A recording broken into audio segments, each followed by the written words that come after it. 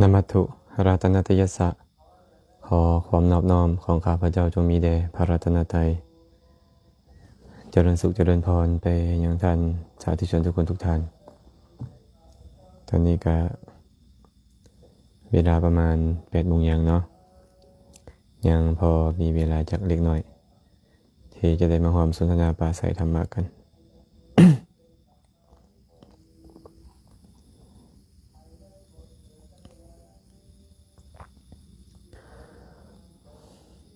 ท่านได้เข้ามาแล้วซอยคอมเมนต์มาได้ด้วยว่าเสียงชัดเจนบ่ได้ยินดีบ่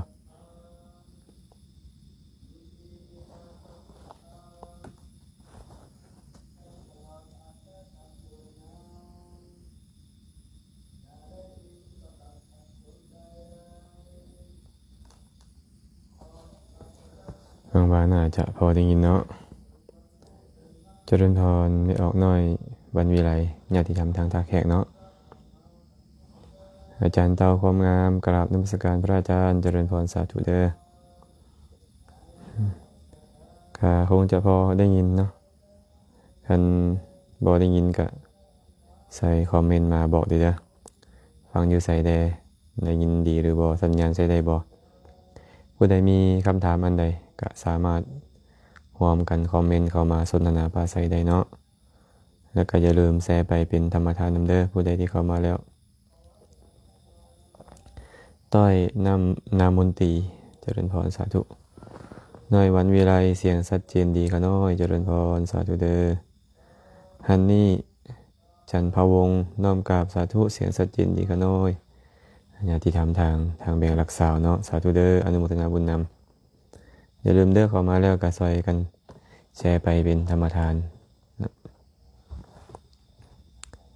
เวียงคอน DPS เจริญพรกราบนมัสการพระอาจารย์สาธุสาธุหารอาหารมวลใจครับจัดงานทุกประเภทเสียงแจ้งดีค่ะน้อยสาธุเด้อจันทจรขอ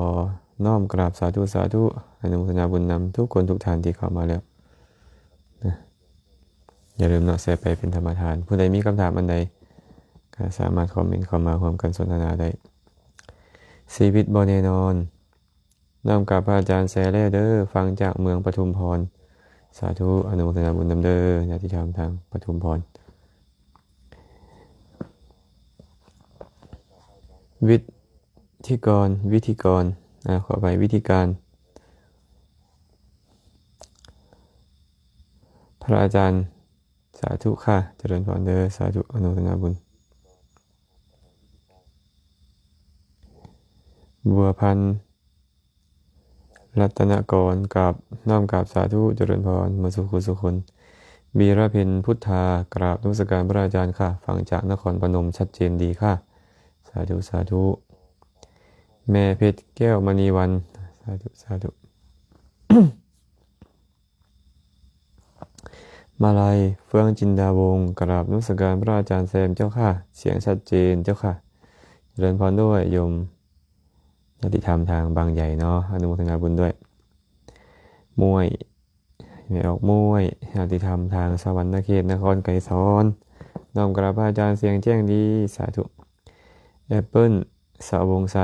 กราบนมัสการพระอาจารย์สาธุสาธุ บัวบานขน้อยโอ้เจริญพร ขออภัยอ่านซื้อเพิ่นผิดเนาะบัวบานอนุโมทนาบุญน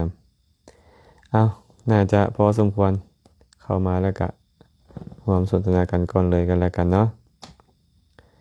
มีคำถามหนึ่งเพิ่นถามมาขอถามแด่พระอาจารย์ผัวด่าเมียแบบดูหมิ่นประมาทแต่เมียบ่พอใจ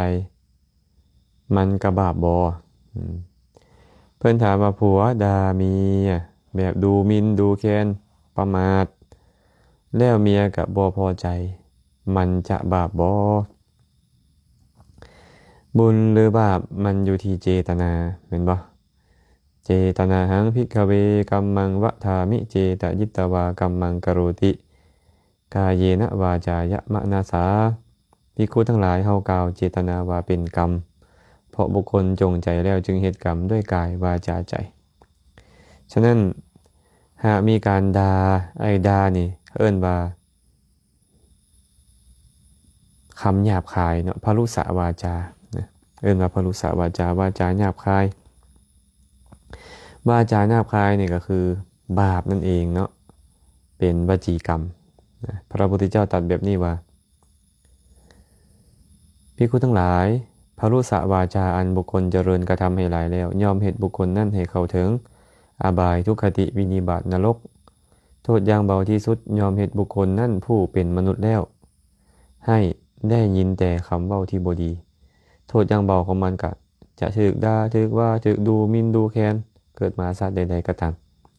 โทษอย่างหนักก็คือเข้าถึงอบายทุกขติวินิบาตนรกเนาะเพราะฉะนั้นบาปเด้อบาป เมียโกรธเด้ผัวด่าเมียแล้วเมียโกรธเด้บาปบ่ก็ต้องบอกตามความเป็นจริงว่าไอ้ความโกรธเนี่ยมันเป็นบาปเนาะเป็นโกฏะเนาะหรือว่าเป็นพยาบาทมีความโกรธเคืองความบ่พอใจความอาฆาตแค้นนะก็เป็นบาปคือกันเป็นบาปคือกันนะอันนี้ตอบให้ไปนี่เด้อวิไลกรจันทรังสีกราบนมัสการพระอาจารย์ขน้อยเจริญพรสาธุเด้อไม่ออกน้อยเด้อญาติธรรมทางเมืองปากลายนางบ้านนากราบนมัสการพระอาจารย์ฟังจากอำเภอเจริญศิลป์ชัดเจนดีขน้อยสาธุสาธุด้วยญาติธรรมทุกผู้ทุกคนทางฝั่งไทยก็ตามเนาะสมาร์ทโฟนดวงปัญญานมัสการพระอาจารย์ฟังจากปากสันแสแล้วเด้อสาธุสุดใจสุทวิไลกราบสาธุพระอาจารย์สาธุดาแสงมณีสาธุสาธุรัตภัยรัตสาธุด้วยคำดีวงดาราน้อมกราบนมัสการพระอาจารย์สาธุเจริญพรเด้อเมคำดีญาติธรรมเมืองปากลายเนาะพรคมของคอนสาธุสาธุมณีแก้วน้อมกราบนมัสการพระอาจารย์สาธุสาธุอย่าลืมนะผู้ใดเข้ามาแล้วแชร์ไปเป็นธรรมทานนำแล้วก็อย่าลืมผู้ใดมีคำถามก็คอมเมนต์เข้ามามาคำถามของปาณีสมสนิทกราบสาธุนมัสการพระอาจารย์ข้าน้อยขอถามเนถ้าเฮาชวนหมู่ไปทำบุญลาบังเอิญมื้อนั้นฝนตกแหงละหมู่บ่อยากไปนำข้าน้อยเลยบ่ได้ไปเฮาสิบาปบ่ว่าสิไปแล้วบ่ได้ไปสาธุสาธุชวนหมู่ไปทำบุญละบ่ได้ไปย้อนฝนตกเฮาสิบาปบ่เพราะว่าบ่ได้ไป ส่วนหมู่ไปทำบุญหมายถึงส่วนหมู่ไปให้ทานแม่นบ่ส่วนหมู่ไปให้ทานการส่วนหมู่นั่นเป็นความดีเป็นสิ่งที่ควรเฮ็ดเป็นสิ่งที่ควรกระทำเนาะถึงยังบ่ได้ไปส่วนแล้วตั้งใจแล้วบุญเกิดขึ้นตั้งแต่ตอนสักส่วนแล้วแต่มีเหตุขัดข้องบ่ได้ไปก็บุญข้อที่เฮาจะให้ทานน่ะมันบ่เกิดขึ้นเท่านั้นเองเนาะมันบ่ได้มีการจงใจคิดว่าจะบ่ไปแล้วไปส่วนให้ไปบ่ได้มีความคิดจะตัวบ่ได้มีความคิดจะให้มันคลาดเคลื่อนแต่มันมีเหตุจำเป็นการยังบ่คันชื่อว่าบาปแบบที่เฮาเข้าใจเถื่อเนาะแต่บุญข้อที่เฮาจะได้เฮ็ดเวลาไปเฮ็ดบุญนั้นบ่เกิดขึ้นซื่อๆเนาะตอบให้ไปนี่เด้อเพชรสวรรค์ศรีบุญเฮืองกราบพระอาจารย์สาธุจากปากเซนิงเพชรมีไทยสาธุรัตนาหลวงภักดีสาธุสาธุแม่ไก่สอนแสงมณีวงศ์สาธุเด้อวีนาข้าเจ้าพงศ์นมัสการพระอาจารย์เจ้าค่ะภาพเสียงชัดเจนเจ้าค่ะโยมขอถามพระทำพิธีปรงศพสัปเหร่อได้ไหมคะทำพิธีทำอย่างไรโยมแค่ไปเผาศพอย่างนี้เหรอก็ต้องดูว่าประจบประแจงชาวบ้านไหมถ้าหากประจบประแจงชาวบ้านก็มีความผิดมีโทษเนาะหน้าที่ของพระไม่ใช่หน้าที่ไปปรงศพแต่ว่าเป็นหน้าที่ไปพิจารณาความไม่เที่ยงของสังขารพิจารณาความตายอะไรเป็นต้นในซากศพนั้นเนาะแอปเปิลบุญวิสัยน้อมกราบนมัสการพระอาจารย์สาธุแม่น้ำฝนคำวิไลน้อมกราบนมัสการพระอาจารย์สาธุเด้อบุญเพลงไสยราชน้อมกราบขาน้อยสวรรณเขตสาธุโตพอดชัยยาเพชรน้อมกราบพระอาจารย์ขออนุโมทนาบุญนำเด้อขาน้อยอนุโมทนาบุญนำเช่นกัน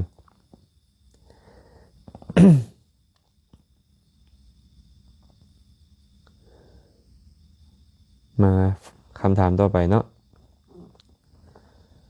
ขออนุญาตถามแน่ขาน้อยพระภิกขุ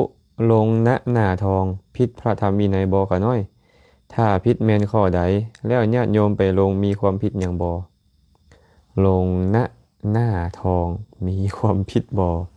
หากพระสงฆ์ไปเฮ็ดก็เบิ่งว่าพระสงฆ์มีความประสงค์หยังหากพระสงฆ์มีความจะประสงค์เลี้ยงชีพโดยวิธีการนั่นก็เอิ้นว่ามิจฉาอาชีวะ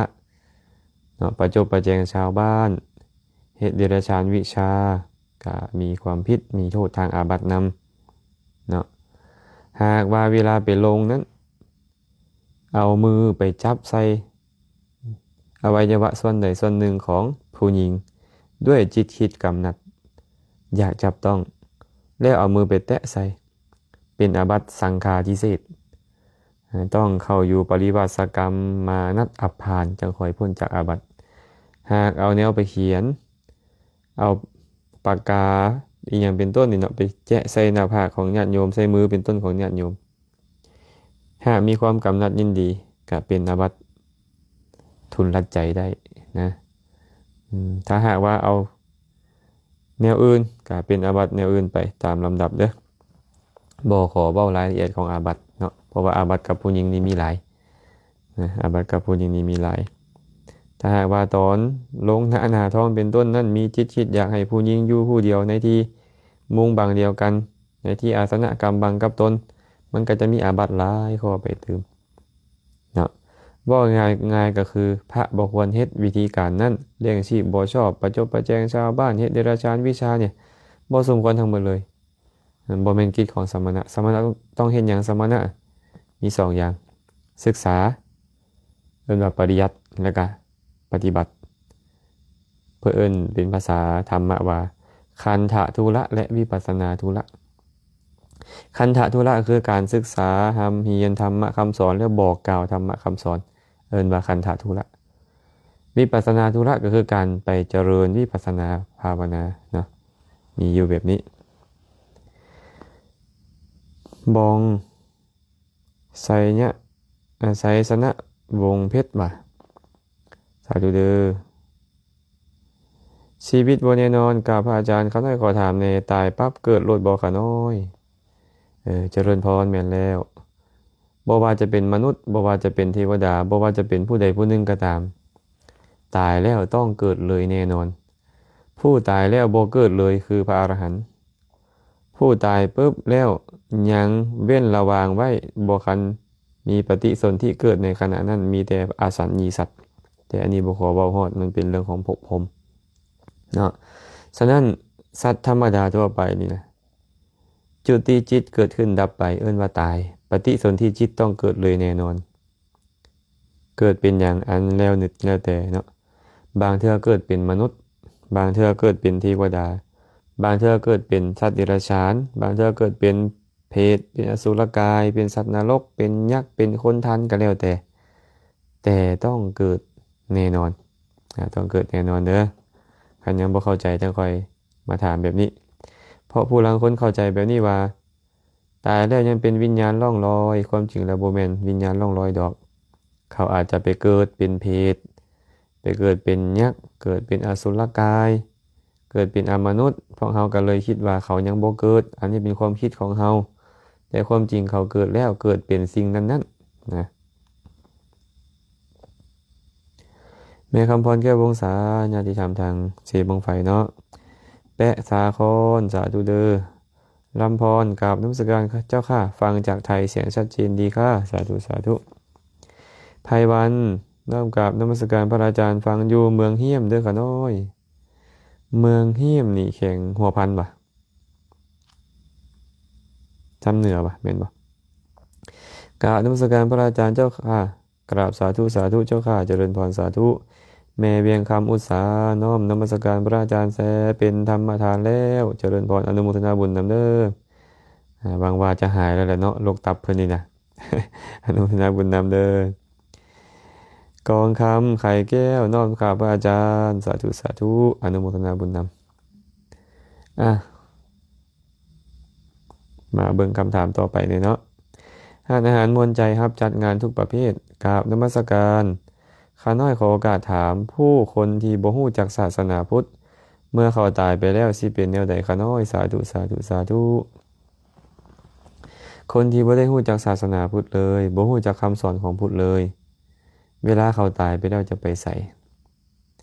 ความจริงแล้วสัตว์ทั้งหลายบ่ว่าจะฮู้จักศาสนาพุทธหรือบ่ฮู้จักศาสนาพุทธก็ตาม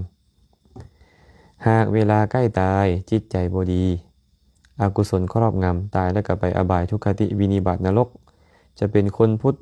หรือบ่แม่นคนพุทธบ่ว่าจะมนุษย์บ่ว่าจะเทวดาก็ตามหากตอนใกล้ตายจิตใจบ่ดีจิตใจเสียหายก็ไปอบายทุกขติวินิบาตนรกพระพุทธเจ้าจึงบอกว่าจิตเตสังกิริเถทุกขติปาติกังขาเมื่อจิตใจเศร้าหมองทุกขติก็เป็นอันบังได้ตรงกันข้ามมาเนี่ยจะเป็นคนพุทธก็ตามบ่เป็นคนพุทธก็ตามหากว่าตอนใกล้ตายจิตใจดีงามคิดแต่แนวสิ่งที่ดีๆกุศลเกิดขึ้นในเวลาใกล้ตายตายไปแล้วก็เข้าถึงสุคติโลกสวรรค์เขาจะเป็นคนพุทธหรือบ่เป็นคนพุทธก็ตามเนาะอันนี้ตอบให้แบบนี้เด้อตอบให้แบบนี้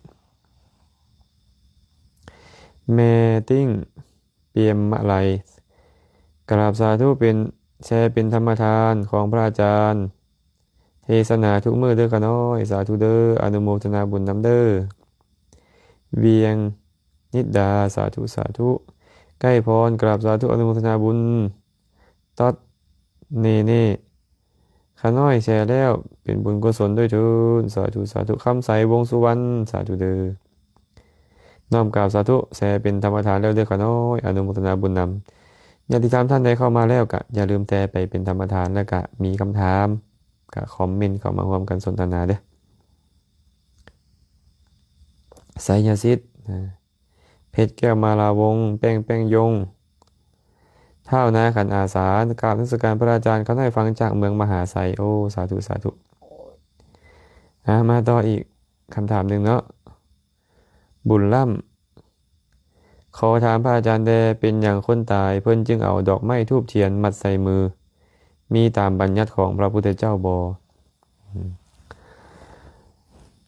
เป็นอย่างคนตายเขาจึงเอาธูปเทียนมัดใส่มือเป็นตามบัญญัติของพระพุทธเจ้าบ่ก็ตอบว่าพุทธศาสนาบ่เคยสอนเรื่องนี้พระสัมมาสัมพุทธเจ้าบ่เคยสอนเรื่องนี้บ่เคยสอนว่าตายแล้วให้เอาธูปเอาเทียนเอาเงินเอาคำไปมัดใส่มือไปยัดใส่ปากบ่เคยมีเนาะแต่นี่ก็เป็นความเชื่อของคนผู้ยังมีกิเลสคือพวกเขามุสุขุสุคนนี้เชื่อว่าถ้าหากมีเข้าตอกดอกไม้ไปก็จะเป็นปัจจัยให้เข้าถึงสุคติโลกสวรรค์บ่หรือว่ามัดใส่มือเราเอาเข้าตอกดอกไม้ให้ไปบูชาพระบรมสารีริกธาตุอยู่สวรรค์สั้นฟ้าบ่ก็คิดไปนั่นแหละบางคนก็บ่แม่นแต่เข้าตอกดอกไม้ดอกเอาฮอดเงินพุทธมัดใส่มือแม่นบ่ก็คิดว่านี่ให้เจ้าเอาเงินนี่เด้อไปจ้างรถไปสวรรค์เด้ออีหยังจังซี่เป็นต้นนี่นะขอให้เฮาเข้าใจแบบนี้เด้อญาติโยมเด้อการที่บุคคลตายไปแล้วจะเข้าถึงสุคติโลกสวรรค์หรือบ่นั้นบ่ได้อยู่ที่มัดเงินใส่มือหรือบ่มัดดอกไม้ใส่มือหรือบ่มัดจะเข้าถึงสุคติโลกสวรรค์หรือนรกอยู่ที่กรรมของผู้เกี่ยวเฮ็ดกรรมดีส่งผลตอนใกล้ตายก็ไปสวรรค์หากกรรมชั่วส่งผลตอนใกล้ตายก็ไปอบายทุกขติวินิบาตนรกตามกรรมของตนอันอื่นซอยบ่ได้เลยเจ้าจะเอาเงินยัดใส่ปากผู้ตายเจ้าจะเอาเงินยัดใส่มือผู้ตายมัดใส่มือผู้ตายอันนั้นบ่มีผลอีหยังเลยเนาะฉะนั้นเนาะศาสนาพุทธบ่เคยสอนเรื่องนี้ก็อาจจะเป็นความเชื่อของผู้ที่ถือผีผู้ที่ถือพราหมณ์คิดว่านี่จะเป็นเหตุเป็นปัจจัยให้เข้าถึงสุคติโลกสวรรค์ก็ว่าไปตามความคิดของตนแต่บ่ได้หมายความว่ามันจะเป็นแบบนั้นเด้อตอบให้ไปนี่เด้อสุขิตาแก้วบุตรศรีน้อมกราบนมัสการขน้อยสาธุญาติธรรมทางเมืองเก่าจำปาสักเนาะมโนบุญสิทธิ์ทองนมัสการพระอาจารย์ฟังอยู่บ่อแก้วเด้อขน้อยสามเหลี่ยมคำโอ้สาธุสาธุอนุโมทนาบุญน้ำขอให้มีความสุขความเจริญเด้อน้อยไสยราชน้อมกราบพระอาจารย์เขาได้ขอโอกาสถามคนที่ตายแล้วเกิดใหม่เลย ถ้าเฮาทำบุญไปหาผู้ตายได้รับบุญแบบใดเพราะตายแล้วเกิดใหม่เลยอาจารย์สาธุสาธุแน่นอนเนาะคนตายแล้วต้องเกิดใหม่เลยแน่นอนถ้าหากยังมีกิเลสอยู่ผู้ที่บ่เกิดเลยมีแต่พระอรหันต์มีแต่พระอรหันต์เนาะและกับพรหมจำพวกหนึงเอิ้นว่าอาสัญญีสัตตพรหมพวกนี้นี่นะเวลาเขาจะตายจิตเขาจะดับเมื่อเราจิตดับแล้ว500มหากัปจังคอยปฏิสนธิเกิดขึ้นมีแต่พวกนี้เท่านั้นที่มีการดับของจิตแล้วบ่มีการปฏิสนธิต่อเลยส่วนสัตว์เราอื่นที่เหลือบ่ว่าจะเป็นมนุษย์บ่ว่าจะเป็นเทวดาตายแล้วต้องเกิดเลยแน่นอน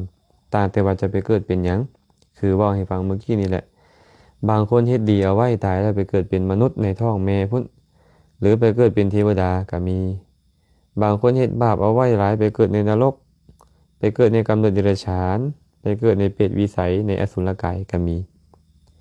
เฮาต้องเข้าใจแบบนี้ว่าเฮาเฮ็ดบุญให้สัตว์นรกบ่ได้เขาบ่ได้รับนะเฮ็ดบุญให้สัตว์เดรัจฉานหากเขาบ่รับรู้เขาก็บ่ได้รับคือกันเฮ็ดบุญไปให้มนุษย์หากเขาเกิดอยู่ในท้องแม่เขาไปเป็นมนุษย์ใหม่แล้วไปเกิดเป็นมนุษย์ใหม่แล้วเขาบ่รับรู้นำเขาก็บ่ได้บุญ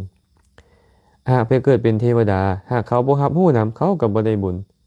หากเขารับรู้เขาอนุโมทนาสาธุการเขาก็ได้บุญนำเขาแต่ถ้าหากว่าพี่น้องเขาตายไปแล้วไปเกิดเป็นเพศพวกเพศนี่นะเขาอึดอยากหิวกระหายทุกข์ทรมานอยู่เขาต้องบริโภคผลของทานที่ญาติผู้เป็นมนุษย์เฮ็ดแล้วอุทิศบุญให้หากพี่น้องเขาตายไปแล้วไปเกิดเป็นเพศเขาให้ทานและอุทิศส่วนกุศลไปให้พี่น้องเขานั้นพี่น้องเขาผู้เป็นเพศได้อนุโมทนาสาธุการนำเขากะได้บริโภคผลทานที่เขาอุทิศให้เขาน้ำซ้ำปลาผ้าพรทอนสบายอันเป็นทิพย์ก็เกิดขึ้นกับเขาเมื่อเป็นเช่นนั้นเขาเลยได้รับแบบนี้เขาต้องไปเกิดก่อนไปเกิดเป็นเพศบ่แม่นบ่เกิดความคิดของคนเฮาปัจจุบันเขาเข้าใจว่าตายแล้วเป็นวิญญาณล่องลอยซึ่งบ่แม่นความจริงเป็นความเชื่อของคนบางคนเท่านั้นเองเกิดแล้วอาจจะเกิดเป็นเพศเป็นอสุรกายนะเป็นพวกมนุษย์ที่สามารถที่จะเฮ็ดกายให้หยาบก็ได้ให้ละเอียดก็ได้เป็นต้นนั่นซื่อๆเนาะอันนี้ตอบให้แบบนี้เด้อไม่ออกน้อยเด้อรัตดาวันออนณวงน้อมกราบพระอาจารย์สาธุแม่ติงเปลี่ยนมาลัยสาธุเด้อบุญเพ่งขออภัยสาธุจากปักซอง KP Boy สาธุเนาะบุญยังเพียแก้วสาธุอนุโมทนาบุญนำเด้อน้อยบ่แม่นแอรอยสิวะโอ้ยอ่านภาษาอังกฤษนี่อ่านยากแท้ๆนะนำกราบนมัสการพระอาจารย์ห่มผ้าสีเหลืองและสีน้ำตาลแตกต่างกันบ่ก็แตกต่างกันแล้วสีเหลืองกับสีน้ำตาลมันก็ต่างกัน แต่ถามว่าอันใดผิดอันใดถูกบ่มีวินัยบัญญัติไว้แบบใดบ่อันนี้ก็พอจะตอบให้ได้เนาะพระสัมมาสัมพุทธเจ้านี่ห้ามพระบ่ให้ใส่ผ้าอยู่8สีพวกเฮาจื้อนำกันเด้อบ่ให้พระใส่ผ้าอยู่8สี8สีมีหยังแดห้ามใส่ผ้าสีเหลือง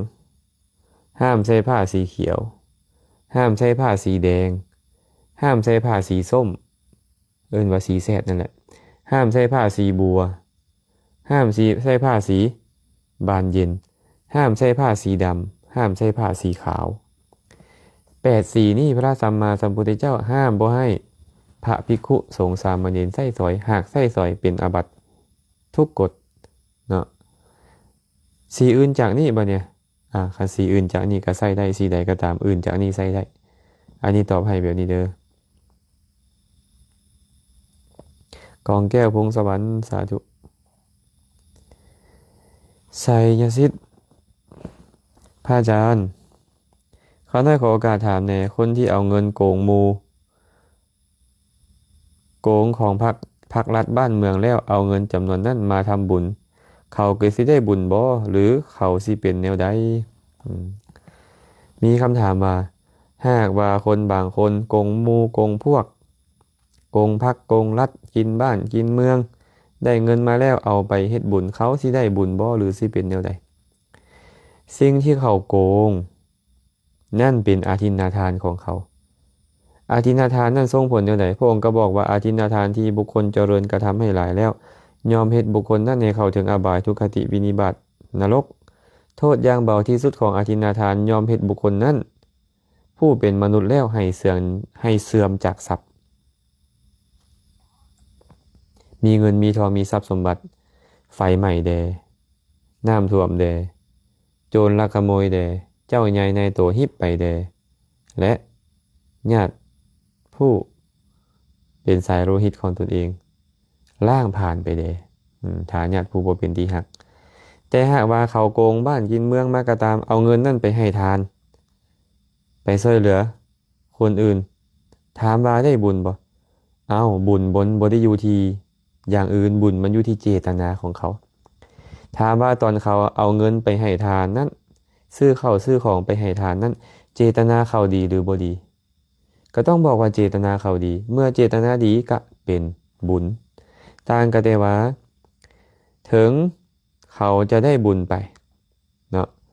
ไปเกิดชาติใดก็มั่งคั่งร่ำรวยมีโภคทรัพย์เพราะเขาได้ให้ทาน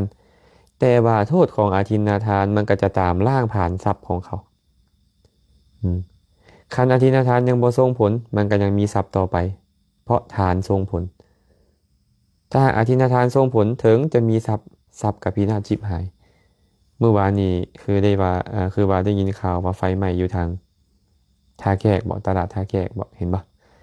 ฉะนั้นแหละทรัพย์สมบัติมีปะนั่นเป็นอย่างคือถูกไฟไหม้ล่ะโทษของอาทินนาทานมันได้โอกาสส่งผลมันก็ต้องสูญเสียทรัพย์เพราะไฟไหม้ได้น้ำท่วมได้โจรขโมยได้เจ้าใหญ่ในตัวหิบได้ลูกเต้าลานเลนล่างผ่านได้เป็นต้นอันนี้เป็นธรรมดาของมันให้แยกกันเนาะตอนซ่อโกงเป็นบาปตอนให้ทานเป็นบุญต่างกันอยู่ที่แบบนี้เนาะเพชรสดาวงศ์แสงเพชรภูวงศ์สาธุอนุโมทนาบุญนำเด้อแสเป็นธรรมทานแล้วอนุโมทนาบุญนำคือกันเด้ออาริบุญพิมพ์มาจากบอมเมนไม่ออกอารีอันมาถวายอาหารมื้ออันนั้นเห็นปะเขาพรรษาเห็นปะกรารนมัสการพระอาจารย์เขาได้ขอถามแด่แม่ข่าวอยู่ประเทศลาวเฮาคือบ่มีเพิ่นบิณฑบาตคือผู้ชาย ถ้ามีก็จะดีได้ในอดีตมีบ่คะน้อย ในอดีตมีบ่ความจริงแล้วแม่ขาวพ่อขาวก็เป็นเพียงญาติโยมปกติเป็นญาติโยมผู้ถือศีลแปดนะถ้าว่าเขาออกจากเฮือนเป็นบรรพชิตเขาก็ชื่อว่าเป็นนักบวชนั่นแหละแต่ว่าบ่แม่นนักบวชในศาสนาพุทธซื่อๆศาสนาพุทธนี่มีนักบวชเอิ้นว่าสหธรรมิก5ภิกขุภิกขุณีสิกขมานาสามเณรสามเณรีพ่อขาวแม่ขาวจึงยังบ่แม่นนักบวชในพุทธศาสนาแต่ว่าเขาออกบวชบ่สื่อบอกบวชออกจากเฮือนบวชเป็นบรรพชิตคือกันแต่ยังบ่ชื่อว่าเป็นนักบวชในศาสนาพุทธถามว่าเขาไปบิณฑบาตนี่บิณได้บ่ล่ะก็สิเป็นหยังคันมีคนใส่ให้เขาเนาะก็ได้หั่นแหละแต่ว่าอยู่ลาวเฮามันบ่นิยมซื่อๆบางบ่อนมีบ่มีบางบ่อนตอนนี้ก็มีปัจจุบันนี้ก็มีบางบ่อนเนาะแต่ว่าปกติแล้วนะก็บ่ค่อยเห็นเนาะบ่ค่อยเห็นว่าแม่ขาวไปบิณฑบาตแต่บางวัดนั้นมีบิณฑบาตก็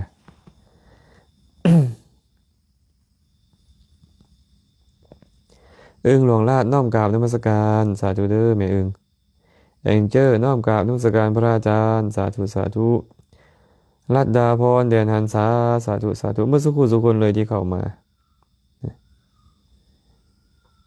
นิรันดร์คำสาธุเด้ออนุโมทนาบุญนำเด้ออย่าลืมเด้อผู้ใดเข้ามาแล้วก็ซอยแชร์ไปเป็นธรรมทานให้หมู่ได้มาร่วมกันรับฟังนำเฮาเด้อนุชพี่รันนุชน้อมกราบนมัสการพระอาจารย์ฟังอยู่บวมเราเมืองปากลายเสียงชัดเจนดีขาน้อยขอโอกาสถามบุคคลคิดดีบ่เบียดเบียนไผก็เป็นบุญแต่บ่มีความเพียรในการที่จะขนขวายบุญเลยบุคคลนี้จะได้บุญประมาณใดขาน้อย คิดดีก็เป็นบุญเนาะอย่างเช่นว่าปรารถนาดีให้หมู่ ปรารถนาแต่ให้หมู่มีความสุขขอให้เจ้ามีความสุขเด้อขอให้เจ้ามีความสุขเด้อก็เป็นเมตตาบุญภาวนาเป็นเมตตา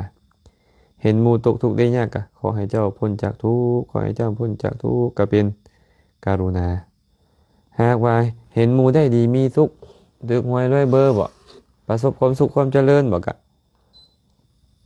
ยินดีชื่นชมนำหมู่เอิ้นว่ามุทิตาบางครั้งบางคราวก็วางใจเป็นกลางๆบ่น้อมไปในสุขบ่น้อมไปในทุกข์เพื่อเขาอันนี้ก็เอิ้นว่าอุเบกขาเรานี่ก็เป็นบุญเนาะเรานี่ก็เป็นบุญ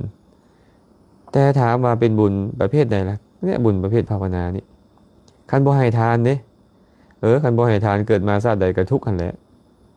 แต่ว่าเป็นคนงามบ่เกิดมาชาติใดก็เป็นคนงามเพราะเพิ่นมีเมตตากรุณาดีเพราะฉะนั้นเนาะ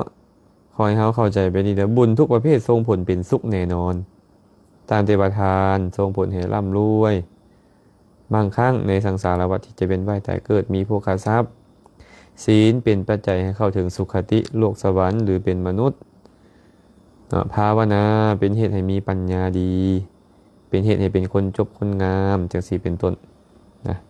บ่อีสาเข้ากับเป็นเหตุให้มียศใหญ่จังซี่แหละนะ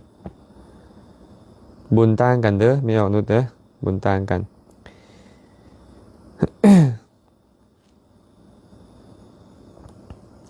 ใกล้พรนมัสการพระอาจารย์ขอโอกาสถามคนตายแล้วยังบ่ฮอด100 วันและแจกข้าวหาสิได้บุญบ่คะน้อยคนตายบ่ฮอด100 วันแจกข้าวหาสิได้บุญบ่คนเฮานี่น่ะเว้าไป3 รอบแล้วมื้อนี้เนาะตายปุ๊บเกิดปั๊บเลยเมื่อเขาตายแล้วเขาไปเกิดเลยบางเทื่อเกิดในนรกเอิ้นว่าเป็นสัตว์นรกบางเทื่อเกิดในกำเนิดเดรัจฉานบางเทื่อเกิดเป็นเพศบางเทื่อเกิดเป็นอสุรกายเกิดเป็นยักษ์เกิดเป็นคนทันเกิดเป็นกุมพันเป็นต้นเนาะถามว่าไปเกิดแล้วสมมุติพี่น้องเขาไปเกิดเป็นเพศไปเป็นอะไรเป็นเพศอึดอยากโหยหิวทุกข์ทรมานอยู่ไม่ออกสิท่าให้ฮอด100 มื้อ100 วันพุ่นบ่จังคอยเฮ็ดบุญอุทิศให้เขาตายตอนใดให้เฮ็ดบุญอุทิศตอนนั้นโลดตายปุ๊บไปเกิดเป็นเพศเขาก็ทุกข์ทรมานเจ็บปวดรวดร้าวหิวกระหายอยู่แบบนี้ถ่ายฮอด100 วันพุ่นบ่จังเฮ็ดบุญให้เขาก็ตอบว่าบ่จำเป็นต้องฮอด100 วันพันปีหยังดอกตายแล้วก็เฮ็ดบุญอุทิศเลยอย่างเช่นพวกพ่อไม่ออกเมื่อพี่น้องเขาตายเขานิมนต์พระไปเฮือนก็เอาน้ำเอาข้าวเอาสิ่งต่างๆถวายเพิ่นแล้วก็อุทิศบุญไปให้ผู้ตายหากผู้ตายไปเกิดในภพภูมิที่อนุโมทนาได้เขาก็ได้บุญหากเขาไปเกิดเป็นเพศเขาอนุโมทนาสาธุการนำเขาก็มีของอันเป็นทิพย์ได้บริโภคหรืออาจจะพ้นจากความเป็นเพศไปเกิดเป็นเทวดาเลยก็ได้ท่านบ่ต้องรอท่าเด้อบ่ต้องรอท่าเฮ็ดโลดให้ความเชื่อว่า100 วันว่าพันปีว่าพันมื้ออีหยังนะเป็นความเชื่อของคนบางคนซื่อๆบ่ได้เกี่ยวกับหลักความจริงเนาะหลักความจริงนี่เป็นแบบนี้ตอบให้แบบนี้เด้อบัวคำวิไลจิตสาธุคำบัณฑิตน้อมกราบพระอาจารย์ก็น้อยสาธุกองประเสริฐแพงเสนน้อมกราบนโมทนาสาธุการนำพระอาจารย์แชร์แล้วอนุโมทนาบุญนำพระออกตั้งคือกันเด้อแม่บุญมีบัวลำพันธ์ขอน้อมนมัสการพระอาจารย์สาธุสาธุแก้วมณีพรน้อมกราบนมัสการพระอาจารย์สาธุแอปเปิลบุญวิสัยสาธุข้าน้อยขอโอกาสถามมีคนเอาปลาเอาสัตว์ต่างๆที่ว่าตายแล้วหาโพดลงขายสวยข้าน้อยก็โพดขายสวยข้าน้อยจะผิดศีลข้อปานาบ่ข้าน้อยขอพระอาจารย์ช่วยอนุเคราะห์ข้าน้อยเด้ตายแล้วมันสิมีโทษอีหยังตายแล้ว หากว่าเอาปลาตายแล้วโพดลงขายเฮากะบ่ได้มีจิตที่จะฆ่ามันเลยมันจะเป็นปาณาติบาตได้จังได๋บ่เป็นเนาะบ่เป็นดอกจังซี่ไม่ออกการจะเป็นปาณาติบาตมันจะมีองค์ประกอบของมันอยู่5 ประการ5 ประการมีหยังแด1สัตว์นั่นมีชีวิต2เฮาเองฮู้ว่ามันมีชีวิต3เฮามีจิตคิดจะฆ่ามัน4เฮาพยายามฆ่ามันคือพยายามฆ่าด้วยกายหรือพยายามสั่งให้คนอื่นฆ่าด้วยวาจา ห้าแล้วมันตายคันครบห้าประการเนี่ยจังค่อยเป็นปาณาติบาตแต่หากยังบ่ครบห้าประการยังบ่เป็นปาณาติบาตตอนนี้ไม่ออกแค่บอกว่าป่ามันก็ตายแล้วมันบ่มีชีวิตแล้วเฮาล่ะซอยโพดลงขายอยากให้หมู่ได้ขายให้ได้เงินได้ทองไปเลี้ยงครอบเลี้ยงครัวเขามันก็เป็นเจตนาดีของเฮาคันเฮาอยากให้คนอื่นได้บริโภคได้ครบได้ฉันมันก็เป็นเจตนาดีของเฮามันสิเป็นปาณาติบาตได้จังใดแต่ถ้าหากมันยังบ่ตายบัดเนี่ยเฮาล่ะโพดขายซอยอันนี้ก็เป็นอกุศลนั่นแหละเนาะเป็นอกุศลไปตอบให้แบบนี้เด้อหนูคำบานเฮฮากราบนมัสการพระอาจารย์ข้าน้อยขอถามแน่ข้าน้อยฝันว่าเทวดาตำหนิพระ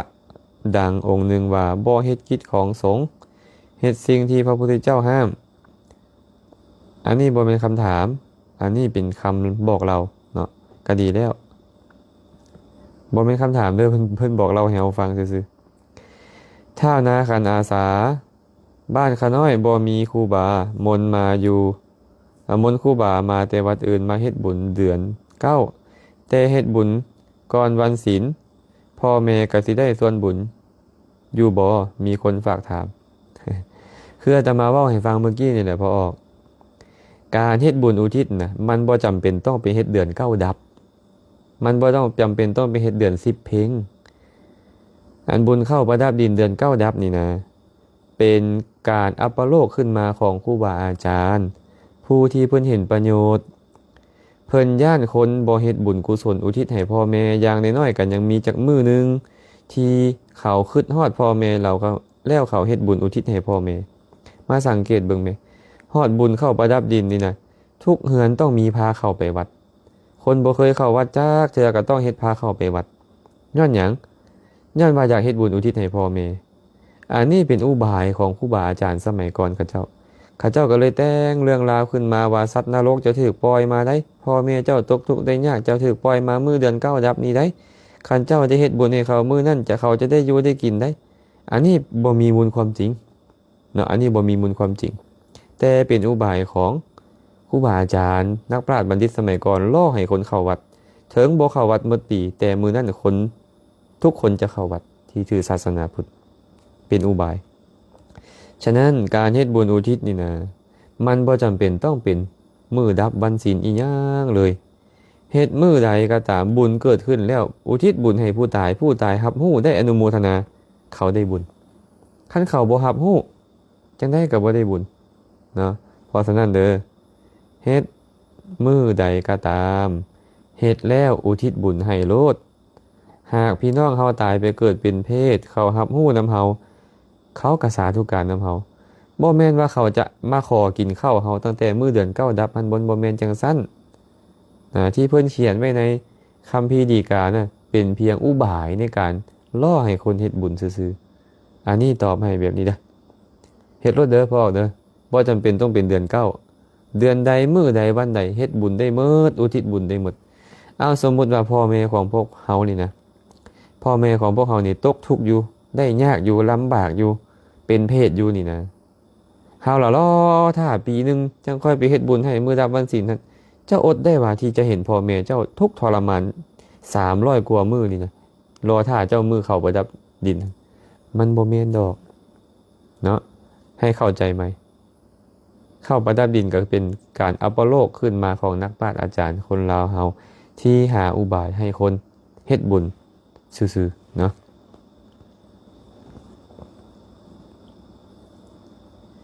ขออนุโมทนาบุญนำญาติโยมทุกท่านเด้อคำพรคำสมภูนางเรียนคำบานมณีวงศ์สาธุอนุโมทนาไมสีเท่าจันทร์สาธุสาธุฟังอยู่หลักสาวอนุโมทนาเด้อพาทำสันเทียสาธุโยมก็แชร์ให้แล้วเจ้าค่ะเจริญพรสาธุด้วยใครแชร์ไปคนนั้นก็ได้บุญเนาะได้บุญข้อทำมาทานไปจันทร์สมรโยมเมมอนน้อมกราบนมัสการเขาได้ขอโอกาสถามถ้าเฮาเฮ็ดบุญแต่บ่มีทรัพย์เฮาต้องเฮ็ดแนวใดคะน้อยบุญนี่มันบ่จำเป็นต้องมีทรัพย์เด้บุญมันมีหลายอย่างให้ทานก็เป็นบุญรักษาศีลก็เป็นบุญภาวนาก็เป็นบุญเคารพอ่อนน้อมต่อผู้ใหญ่ก็เป็นบุญคนควรช่วยเหลือกิจการงานอันเป็นประโยชน์ของเขาบ่แม่นเจ้าของทานดอก เห็นเขาจัดงานบุญขึ้นมากับไปซอยจับซอยยิบซอยยอหรือไปอนุโมทนาสาธุการนำเขาก็เป็นบุญแบ่งบุญให้หมู่ก็เป็นบุญฟังธรรมก็เป็นบุญเว้าธรรมะสิ่งที่เป็นประโยชน์ให้คนอื่นฟังก็เป็นบุญอยู่ซื่อๆเฮ็ดความเห็นให้ซื่อตรงก็เป็นบุญมันละมีหลายอย่างเนาะเพราะฉะนั้นเนาะบางทีเฮาไปโฟกัสที่ทานและว่าต้องมีทรัพย์สมบัติมีเงินทองจังเป็นบุญบ่แม่นได้บางเทื่อนี่นะญาติโยมเฮามีข้าวติ๊บเดียวเฮาอาจจะได้บุญหลายกว่าคนมีเงิน100 ล้านพันล้านก็ได้เพราะบุญข้อทานมันบ่ได้อยู่ที่เงินบ่ได้อยู่ที่ข้าวบ่ได้อยู่ที่น้ำบ่ได้อยู่ที่จีวรเป็นต้นมันอยู่ที่เจตนาในการสละหากเจตนาในการสละดีผู้รับทานมีศีลดีนั่นแหละบุญหลายบ่ได้อยู่ที่ว่าของหลายหรือบ่หลายถ้าได้ของหลายพร้อมดีบ่ดีเนาะสีสมุทรแก้วอรุณไสยสาธุข้าน้อยขอน้อมนมัสการพระอาจารย์และอนุโมทนาบุญนำเด้อพระอาจารย์สาธุคือกันเนาะเกศรสวรรค์สังฉินชัยนมัสการพระอาจารย์น้อมรับฟังธรรมจากพระอาจารย์ได้แชร์ธรรมะของพระอาจารย์เป็นธรรมทานสาธุสาธุอ่านซื้อเพิ่นบ่ออกนะนี่นะรอยว่ะสาธุน้อมกราบพระอาจารย์คนอยากเอาดินของคนอื่นจะมีกรรมบ่คนอยากเอาดินอยากหรือญาติคนญาติติคันคนญาติเอาดินคนอื่นจะมีกรรมบ่ก็เป็นอทินนาทานนั่นแหละเป็นอทินนาทานเนาะอทินนาทานผิดศีลข้อ2ตายไปแล้วไปใส่ไปนรกเกิดมาชาติใดๆถึงจะมีทรัพย์สมบัติก็จะพินาศอย่างที่บอกให้ฟังในส่วนเบื้องต้นเนาะแก้วเสาแก้วกราบนมัสการพระอาจารย์หายไปไหน2 วันเจ้าคะติดตามทุกวันเจ้าค่ะ2 วันที่ผ่านมาก็ไปเทศในเมืองโยมก็มีการสนทนาธรรมอยู่นะโยมคงจะไม่ได้รับฟังมั้งเนาะคงจะไม่ได้ก็มีการไลฟ์สดพระท่านก็ไลฟ์สดอยู่มีการแสดงธรรมและก็สนทนาธรรมอยู่ในเมืองนะไม่รู้ว่าโยมได้เข้าฟังไหมอาตมาไม่ค่อยมีเวลาว่างนะว่างก็จะหาอุบายในการเจริญกุศลนะไม่ค่อยปล่อยเวลาให้ว่างรู้สึกว่าอายุมันจะสั้นนะคินนามพงษ์น้อมนมัสการน้อมกราบขอบพระคุณเป็นอย่างสูงเจ้าค่ะสาธุสาธุพระราดอนจันดาวงศ์อนุโมทนาบุญนำทุกทานเด้อสาธุน้องแตงโมเมสราสาธุน้อมกราบนมัสการพระอาจารย์ข้าน้อยฟังธรรมพระอาจารย์ยูทาแขกเสียงชัดเจนดีสาธุญาติธรรมทุกคนเลยที่เข้ามาถึงบ่ได้อ่านสื่อก็ต้องขออภัยเด้อมีคำถามอันใดก็คอมเมนต์เข้ามาพร้อมกันสนทนาคันมีเวลาตอบให้ก็จะตอบให้ทั้งหมดคันมีเวลาบ่พอก็ต้องยุยอดไปเป็นมือใหม่นางลงจันทวงศ์สาธุไซหวานกราบพระอาจารย์ข้าน้อยขอถามแดเป็นหยังคนที่โกงคนอื่นหรือคนที่ลักโลภทรัพย์สินต่างๆของคนอื่นเป็นอย่างเขายังอยู่ดีกินดีบ่เป็นอย่างคันผู้ใดเคยได้ฟังอาจารย์เทศอาจารย์ก็จะเทศเป็นประจำเบ้าเรื่อยๆเรื่องนี้นะเนาะความจริงแล้วเนาะการที่เขายังได้ดีมีสุขอยู่ก็คือบุญเก่าเขากำลังส่งผลอยู่ส่วนบาปข้อที่เขาซ่อโกงคนอื่นนั่นมันยังบ่คันได้โอกาสส่งผลแต่มื้อใดบาปนั่นส่งผลประสบทุกข์แสนสาหัสแน่นอน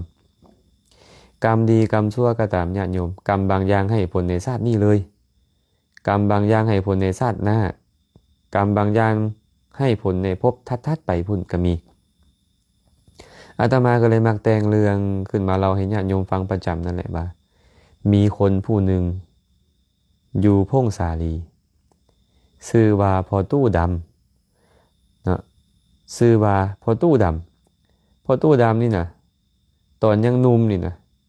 เรามักลักเล็กขโมยน้อยซ่อโกงคนอื่นญาติเอาดินดอนตอนหญ้าคนอื่นมักฆ่าฟันรันแทงคนอื่น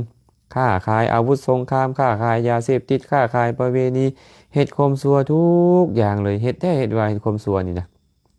อยู่เป็น10 ปี20 ปี เราเฮ็ดอยู่แบบนี้เบียดเบียนคนอื่นอยากทุบอยากตีอยากฆ่าไผเราเฮ็ดรถอยู่มามื้อหนึงกฎหมายก็ตามเราทันตำรวจก็ตามจับคนที่เราเคยเบียดเบียนก็พากันลุกฮือขึ้นนำฆ่าเราคือกันเราก็เลยหอบทรัพย์สมบัติเราหนีไปอยู่อัตตปือพอไปอยู่อัตตปือแล้วเราเปลี่ยนชื่อใหม่เปลี่ยนชื่อว่าเป็นพ่อตู้ขาวบ่เนี่ยเป็นชื่อว่าขาวเนาะไปผ่าตัดแปลงโฉมหน้าใหม่หมดเลยเปลี่ยนพฤติกรรมใหม่หลังจากไปอยู่อัตตปือแล้วให้ทานดีรักษาศีลดีเจริญภาวนาดีซอยเรือบ้านเมืองสังคมถนนหนทางเราซอยเบิดผู้ใดทุกข์ยากปากหมองเราซอยหมดเฮ็ดดีจนบ่มีทีติเลยแต่ว่าอยู่มามื้อหนึ่งเรากับทึกคนฆ่าตายอยู่หน้าเฮือนเรานั่นแหละจักห้อยผ้าห้อยมีดห้อยขวานห้อยทุบห้อยตีเละมืดตัวเรานี่นะเนี่ยคนที่อยู่อัตตปือก็เลยคิดแบบนี้ว่าเฮ็ดดีบ่ได้ดีเฮ็ดชั่วบ่ได้ชั่วเบิ่งแม่พอตู้ข่าวนี่นะตั้งแต่ฮู้จักเรามาเป็น10-20ปีเราบ่เคยเฮ็ดความชั่วจักหน่อยเราให้ทานรักษาศีลเข้าวัดฟังธรรมปฏิบัติธรรมช่วยเหลือบ้านเมืองสังคมดีหมดแต่ว่ามื้อนี้เราคือนอนตายอยู่กองจมอยู่กองเลือดของเรานี้เบิ่งแม่ผู้อื่นน่ะผู้เฮ็ดบ่ดีก็ยังมีสุขอยู่คนอัตตปือเขาคิดแบบนี้ย้อนหยังย้อนเขาเห็นแต่ตอนที่พอตู้ข่าวเฮ็ดความดีส่วนคนอยู่พงสาลีนี่ล่ะเห็นตอนพอตู้ข่าวนี่เราซื่อดำและเราฆ่าคนเราเบียดเบียนคนเอารัดเอาเปรียบบ้านเมืองสังคมเขาก็บอกว่าสมควรตายแต่โดนแล้วเป็นอย่างคน2 คนนี่คือ2 จำพวกนี้คือเห็นบ่คือกันคนอยู่อัตตปือกับคนพงสาลีคือเห็นบ่คือกันเพราะเห็นตอนที่เฮ็ดบ่คือกันคนอยู่พงสาลีเขาเห็นตอนเฮ็ดความชั่วคนอัตตปือเขาเห็นตอนเฮ็ดความดีทางเทพโพตู้นี่นะกะคนเดียวกันเรื่องนี้นี่นะอาตมาจะมาสมเทียบให้ฟังว่าตอนที่พอตู้นี่เราซื้อดำอยู่แข่งพงสาลีเหมือนกับชาติก่อนๆเฮาพุ่นเฮ็ดทั้งความดีความชั่วมาแต่ว่าตอนที่เรามาเป็นพอตู้ขาวอยู่อัตตปือเหมือนกับพวกเฮาในชาตินี้ผู้ลางคนเฮ็ดชั่วมาหลายในอดีตมาปัจจุบันนี้เฮ็ดคุณงามความดีก็ยังบ่ได้โอกาสส่งผลตรงกันข้ามบัดเนี่ยหากว่าคนที่เขาเฮ็ดความดีมาในอดีตมาในชาติปัจจุบันนี้เขาก็ได้ดีมีสุขอยู่ถึงว่ามาปัจจุบันนี้แล้วเขาได้ดีมีสุขอยู่แบบนี้แต่เขาคบคนบ่ดีเมื่อคบคนบ่ดีก็เฮ็ดแนวบ่ดีอาจจะเฮ็ดความชั่วฆ่าเจ้าเอาของลักเล็กขโมยน้อยซ่อโกงบ้านเมืองสังคมก็ว่าไปบาปบ่ล่ะบาปแต่มันยังบ่คันได้โอกาสส่งผลเพราะความดีเก่าเขาก็เฮ็ดมาหลายมันยังได้โอกาสส่งผลอยู่ฉะนั้นคนบางคนเฮ็ดความชั่วอยู่ก็ยังได้ดีมีสุขเพราะว่าความดีเก่าเขาได้โอกาสส่งผลตรงกันข้ามคนบางคนเฮ็ดเดียวได้เอาว่าแต่ก็ยังทุกข์ยากปากหมองอยู่ยังทุกข์ยังยากอยู่ลำบากอยู่ก็เพราะความชั่วในอดีตกำลังได้โอกาสส่งผลอยู่แต่เฮ็ดดีได้ดีแน่นอนเฮ็ดชั่วได้ชั่วแน่นอนมันเป็นแบบนี้อันนี้ตอบให้แบบนี้เด้อ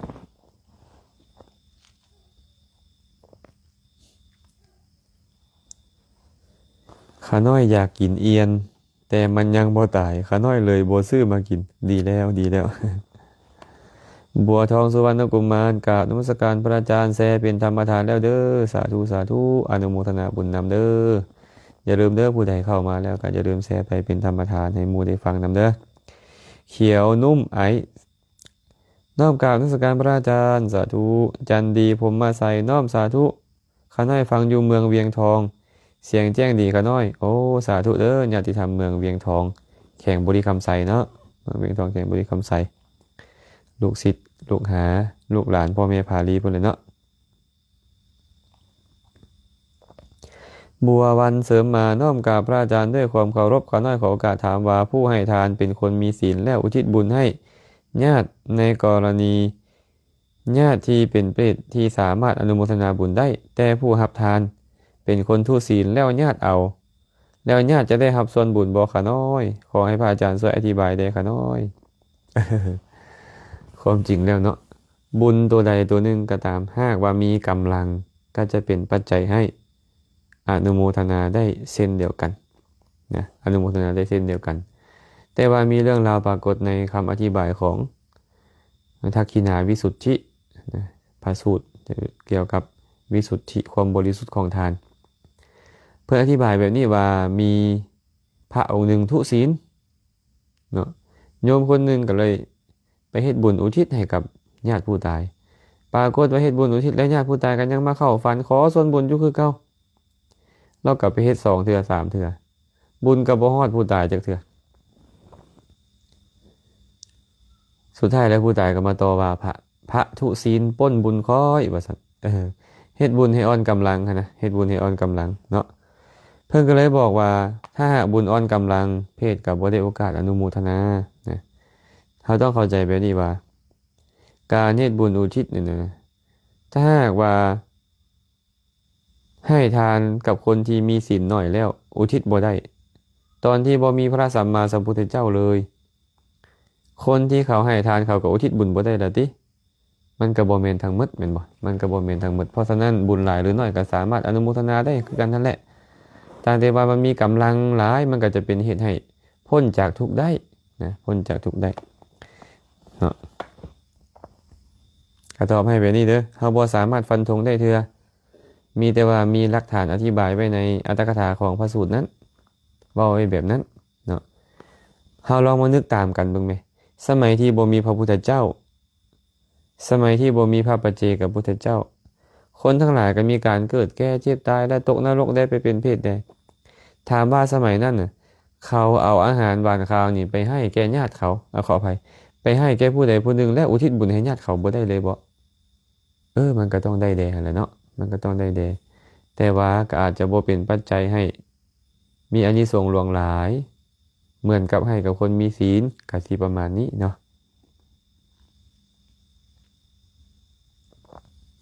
บุญร้อนชูรัตน์นมัสการข้าน้อยขอถามแด่คนเฮาสวดมนต์บ่ได้แล้วเฮาสวดมนต์อัดเป็นคลิปเสียงไปให้เขาฟังจะบาปบ่โอ้มันสิบาปหยังมันก็ได้บุญแล้วเนาะก็ได้บุญเจตนาเฮาดีเด้เฮาอยากให้คนคนนั้นน่ะได้ฟังและได้จื้อได้จำเอาบางคนนี่นะอ่านบ่ออกแต่ฟังได้เฮาก็อัดเสียงให้เขาฟังให้เขาจื้อจำเอาเฮาก็ได้บุญนั่นแหละบ่บาปเด้อได้บุญเด้อชีวิตบ่แน่นอนกราบพระอาจารย์ถามมีคำถามอริยทรัพย์แปลว่าหยังคะน้อยพอคะน้อยฝากถามกราบสาธุอริยทรัพย์แปลว่าทรัพย์อันประเสริฐอริยะแปลว่าประเสริฐทรัพย์อันประเสริฐทรัพย์อันประเสริฐขึ้นอย่างล่ะศรัทธาความเลื่อมใสในพระพุทธพระธรรมพระสงฆ์หิริความละอายซัวโอตตัปปะความเกรงกลัวต่อบาปสุตตะความได้ยินได้ฟังธรรมหลายเข้าใจธรรมะจาคะทานปัญญาคือความรอบรู้ในกองสังขารศรัทธาศีลยังลืมศีลเมื่อกี้เนาะศรัทธาศีลหิริโอตตัปปะสุตตะจาคะและปัญญานี่เอิ้นว่าอริยทรัพย์เป็นอย่างจะเอิ้นว่าอริยทรัพย์เพราะเป็นทรัพย์อันประเสริฐที่ตามคนตายไปนำได้เงินคำกำแก้วสมบัติภายนอกมากมายกายกองต้องละทิ่มไปในโลกนี้ทั้งหมดบ่สามารถเอาไปได้แต่ศรัทธาที่เฮ็ดให้เกิดขึ้นแล้วศีลที่เฮ็ดให้เกิดขึ้นแล้วหิริโอตตัปปะสุตตะจาคะปัญญาที่เฮ็ดให้เกิดขึ้นแล้วสิ่งที่เราเฮ็ดแล้วทั้งหมดนี่นะมันจะตามไปส่งผลให้เราเป็นสุขในโลกหน้าจะเป็นมนุษย์ก็ตามเป็นเทวดาก็ตามเฮ็ดให้เราเป็นสุขและเกื้อกูลต่ออริยะมรรคอริยผลในอนาคตพร้อมเพิ่นเลยเอิ้นมันว่าอริยทรัพย์ทรัพย์อันประเสริฐเป็นทรัพย์ภายในเนาะ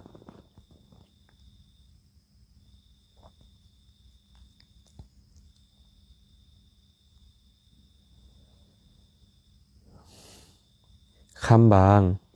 นอบนมัสการพระอาจารย์เขาน้อยขอโอกาสถามแด่พระไตรปิฎกแปลว่าหยัง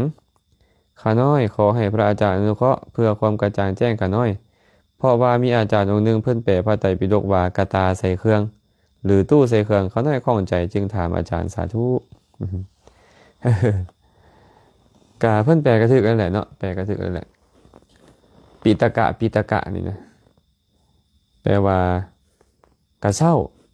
หรือว่ากระตาก็แล้วแต่แหละเป็นภาชนะอย่างหนึ่งภาชนะ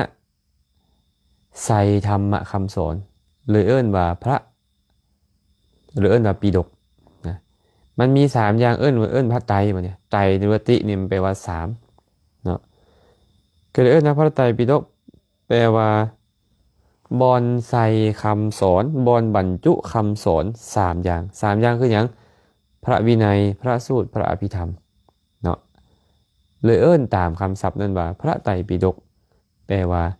กระเซ้าหรือภาชนะรองรับบันทึกคำสอนเอาไว้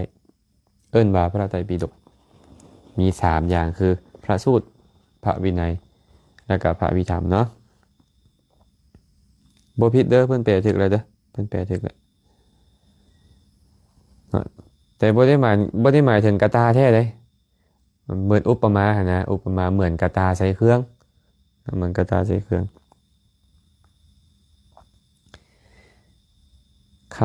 ขันทองไสยวงศ์อนุโมทนาสาธุกับพระอาจารย์สาธุสาธุแม่น้ำฝนคำวิไลน้อมกราบสาธุขอน้อยขอโอกาสถามแด่พระอาจารย์ขอน้อยได้ไปสวยเวียกสวยงานในงานศพจะได้รับอานิสงส์ข้อใดขอน้อยไปเฮ็ดหยังได้ล่ะในงานศพอะนะไปซอยเย็นเหล้าคันซอยเย็นเหล้าก็บ่ได้บุญแล้ว ไปซอยสากไผ่ก็บ่ได้บุญอีกแหละเนาะหากว่าไปงานศพนั้นไปซอยจัดแจงอาสนะต้อนรับครูบาอาจารย์ซอยเพิ่นเนาะไปนั่งฟังธรรมนำเพิ่นไปนั่งสมาทานศีลนำเพิ่นไปซอยจับเครื่องจับของต้อนรับแขกซอยเพิ่น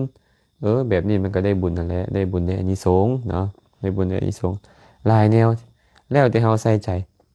คันเฮาใส่ใจได้ดีอานิสงส์หลายไปพิจารณาความตายนะว่าคนผู้นี้ก็ตายเนาะเฮาเองก็ต้องตายเนาะคนอื่นๆก็ต้องตายเนาะทุกคนมีความตายเป็นที่สุดเนาะอันนี้ดีได้บุญแบบปัญญาพร้อมเนาะวรธรรมโมผู้มีธรรมอันประเสริฐช่วงเข้าพรรษาพระไปใส่ได้แดยามวิกาลไปได้จะคืนจากมือขน้อยไปใส่ก็ได้แต่ว่าต้องกลับมาในมือนั้นเนาะต้องกลับมาในมือนั้นให้ทันก่อนสว่างแต่ถ้าหากว่ามีกิจที่สมควรเอิ้นว่าสัตตาหกรณียามีกิจที่สมควรญาติโยมนิมนต์ไปรับทานนิมนต์ไปสนทนาธรรมไปแสดงธรรมไปสอนธรรมะนิมนต์ไปเรียนธรรมะแบบนี้ไปได้แต่บ่เกิน7 มื้อต้องมาหรือว่าพระสงฆ์พระเจ้าหมู่พวกเจ็บเป็นเอ็นอุ่นอาพาธหรือว่ากษัตริย์อยากจะซิกไปเพื่อที่จะแสดงธรรมให้เขาฟังอันนี้กลับไปได้7 มื้อต้องกลับมาอย่างที่เป็นต้นมีหลายเงื่อนไขเด้อแต่ว่าจะบ่ขอบอกในมื้อนี้เนาะก็มีแต่ว่าบอกว่าคันมีเหตุจำเป็นที่พระพุทธเจ้าอนุญาตก็สามารถไปได้7 มื้อที่7ต้องมาไม่ออกบี้ใส่ยาเลิศสาธุอนุโมทนาบุญนำพระอาจารย์เด้อสาธุต่อสีสวัสดิ์น้อมกับพระอาจารย์เขาได้กำลังรับฟังธรรมอยู่เด้ออนุโมทนาบุญนำเด้ออุบาสิกาต่อไม่ออกต่อน้อยสอนพานไสยศักดิ์ขอกราบนมัสการขน้อยถามว่าเวลานั่งสมาธิแล้วอยากฟังอาจารย์เทศ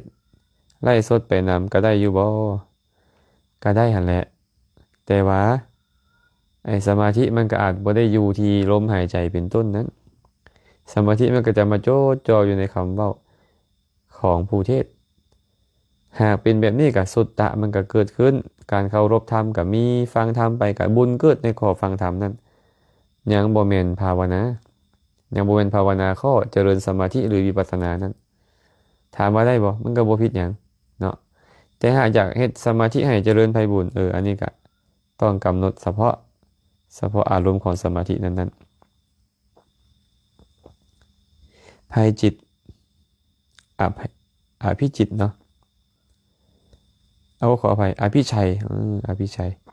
กราบสาธุครับครูบาแซมสาธุไม้ทองพรหมอาจารย์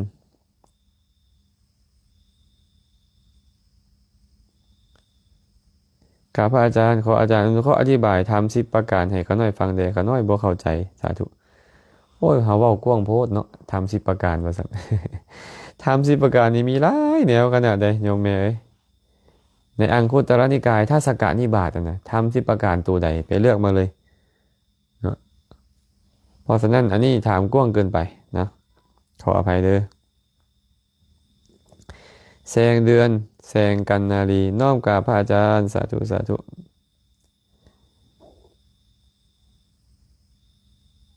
วิธีการกราบสาธุเจ้าข่าน้อมอนุโมทนาบุญได้ร่วมแชร์ธรรมะให้ญาติธรรมทางไทยรับฟังธรรมมาทานเจ้าข้า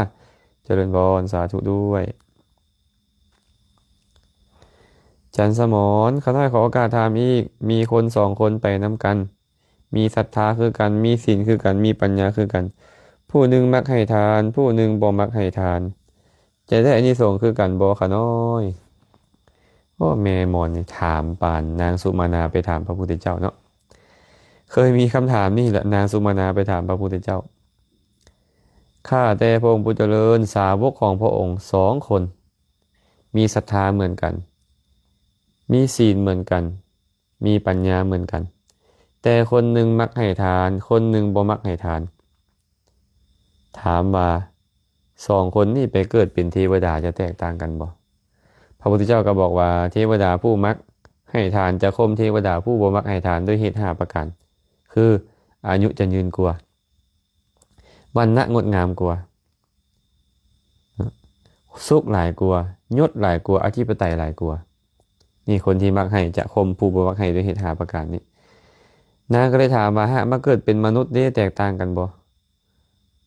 ผู้มาเกิดเป็นมนุษย์ก็จะแตกต่างกันผู้ให้ทานจะข่มมนุษย์ผู้บ่ให้ทานโดยฐานะ5ประการคือกันอายุยืนกว่า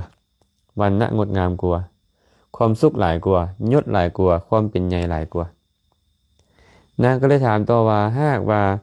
2 คนนี้ออกบวชเป็นบรรพชิตแตกต่างกันบ่พระพุทธเจ้าก็บอกว่าบรรพชิตผู้เคยให้ทานมาก่อนนั่นจะข่มบรรพชิตผู้บ่เคยให้ทานด้วยฐานะ5ประการคือกันคือหยังล่ะปรารถนาจีวรก็ตามบิณฑบาตก็ตามเสนาสนะก็ตามพิรณะเภสัชทั้งหลายก็ตามหากออกปากยอมได้หลายหากบ่ออกปากยอมได้น้อยเพื่อนสหธรรมิกผู้ร่วมประพฤติพรหมจรรย์ย่อมคิดแต่สิ่งที่ดีๆเว้าแต่สิ่งที่ดีๆเฮ็ดแต่สิ่งที่ดีๆที่ประกอบด้วยเมตตาต่อเราโดยส่วนหลายสิ่งที่บ่ดีโดยส่วนน้อยนะสิ่งที่บ่ดีโดยส่วนน้อยนะนี่แหละบรรพชิตผู้มักให้จากข่มผู้บ่ให้โดยฐานะ5ประการมาสังเกตเบิ่งไหมครูบาอาจารย์บางองค์บางท่านแทบบ่ต้องเฮ็ดหยังเลยแค่เอ่ยปากขึ้นโยมค้นเครื่องขนของมาให้ครูบาอาจารย์บางองค์โพสต์ลง Facebook โพสต์แล้วโพสต์อีกโพสต์แล้วโพสต์อีกโพสต์แผ่นำญาติโยมก็บ่สนเป็นหยังคือเป็นอย่างนั้นก็เขามักแบ่งปันให้ทานมาเด้ผู้ลางคนบ่มักให้ปันบ่มักแบ่งบ่มักให้ทานนี่หยังมันก็เป็นแบบนั้นตามธรรมดาเนาะนี่แหละอานิสงส์ของการที่ให้ทานกับบ่ให้ทานมันก็ต้องแตกต่างกันถึงจะมีศรัทธามีศีลมีปัญญาเหมือนกันก็ตามเนาะแม่หมอนเนาะ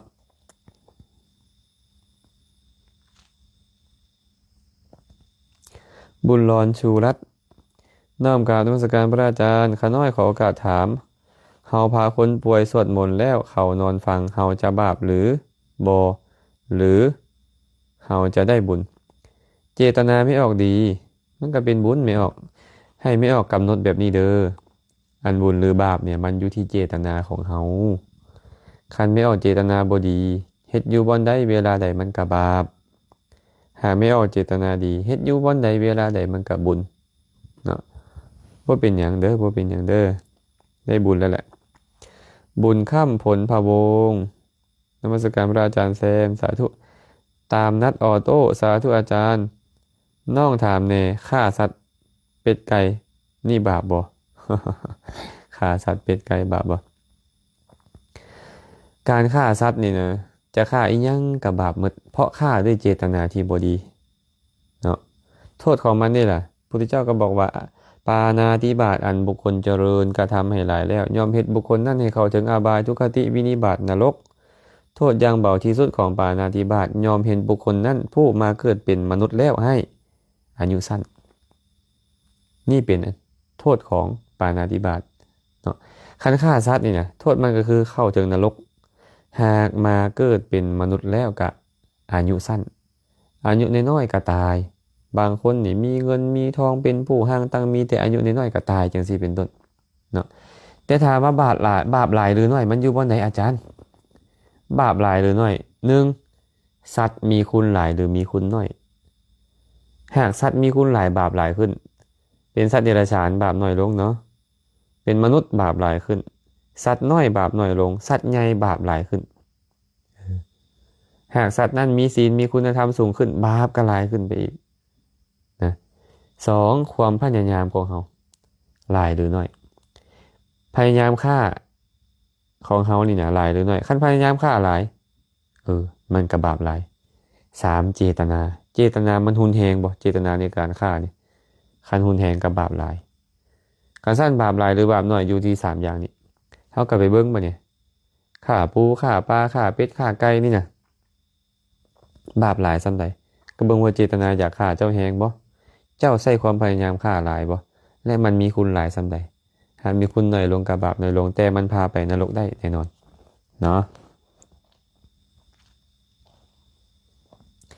บุญข้ามผลพะวงไม่ออกมักสุดฟังธรรมพระอาจารย์แซมโอ้สาธุอย่าลืมแซมไปเป็นธรรมทานนำเด้อขออนุญาตสอบถามเจ้าค่ะโยมมีความสงสัยเจ้าค่ะคฤหัสถ์มีคู่บุญบารมีแล้วที่บวชเป็นพระสงฆ์มีคู่บุญบารมีหรือเปล่าเจ้าค่ะกราบขออภัยที่อยากรู้เจ้าค่ะถามคำถามแปลกเจ้าค่ะใครก็มีหมดละโยมคู่บุญบารมีแต่จะเป็นคู่แบบไหนเนาะคู่แบบไหนบางทีก็มีพระเพื่อนกันนั่นแหละเป็นคู่บุญกันช่วยกันสั่งสมบุญบารมีก็มีนะบางทีก็มีพวกโยมพ่อโยมแม่โยมปวารณาเป็นต้นนั่นแหละเป็นคู่บุญบารมีช่วยกันทำคุณงามความดีไงช่วยกันทำคุณงามความดีโยมคงจะเห็นโพสต์ที่อาตมาโพสต์ลงก่อนหน้านี้ทางเพจวัดป่านาขามใช่ไหมที่เรื่องของนางแก้วคู่บารมีของพระโพธิสัตว์พระโพธิสัตว์สมัยนั้นก็ออกบวชเป็นฤาษีนะเจริญฌานอภิญญาได้ด้วยมีหญิงคนหนึ่งชื่อว่านางสุมิตานางสุมิตาเนี่ยแกมาเห็นฤาษีตนนี้แล้วก็รู้สึกถูกชะตารู้สึกเลื่อมใสศรัทธามากก็เลยนำดอกไม้8 กำมือมาแบ่งให้สุเมธดาบทอดีตชาติพระพุทธเจ้าเนี่ย5 ดอก5 กำมือตัวเองก็เอามา3 กำมือหรือ3 ดอกนั่นแหละนะก็น้อมบูชาพระพุทธเจ้าพระนามวทีปังกรปรารถนาว่าขอข้าพเจ้าจงได้เป็นคู่บุญบารมีของดาบทท่านนี้ตั้งแต่นั้นมา4 อสงไขยยิ่งด้วยแสนกับแกก็วนเวียนอยู่กับพระโพธิสัตว์นั่นแหละนะก็ช่วยสร้างบารมีมาพบชาติสุดท้ายก่อนจะมาบรรลุเนี่ยเป็นพระเวสสันดรเนี่ยก็ยังมาเป็นพระนางมัททีภาษาไทยเขาอาจจะเรียกมัทสีก็ได้นะก็สละนางมัทสีเนี่ยให้เป็นทานไปบารมีของพระโพธิสัตว์จึงสมบูรณ์จึงบรรลุโพธิญาณได้ในที่สุดฉะนั้นก็มีบุญบารมีคู่บุญคู่บารมีหมดเลยโยมแต่ว่าคู่บุญคู่บารมีแบบไหนนะอันนี้มาตอบให้แบบนี้นะ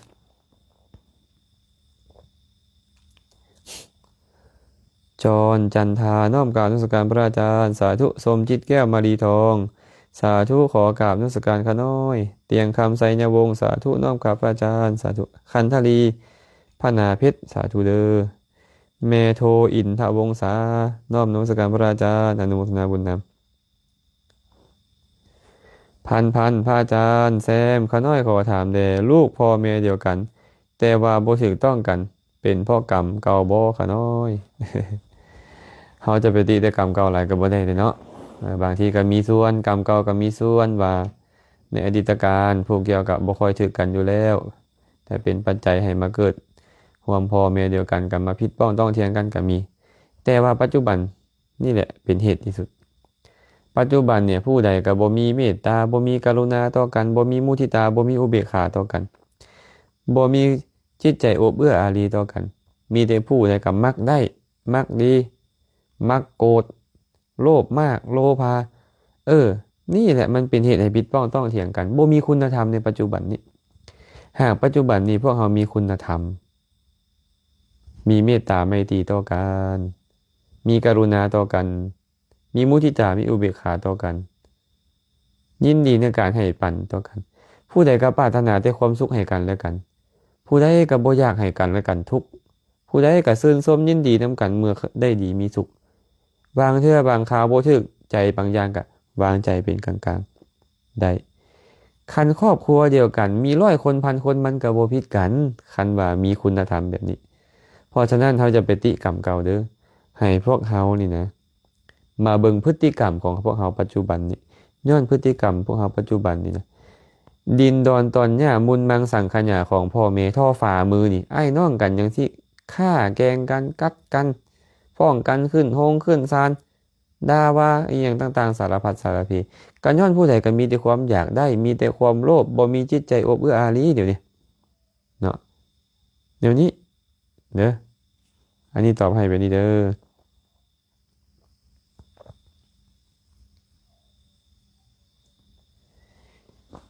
อีสุรินทองสาธุนมัสการพระอาจารย์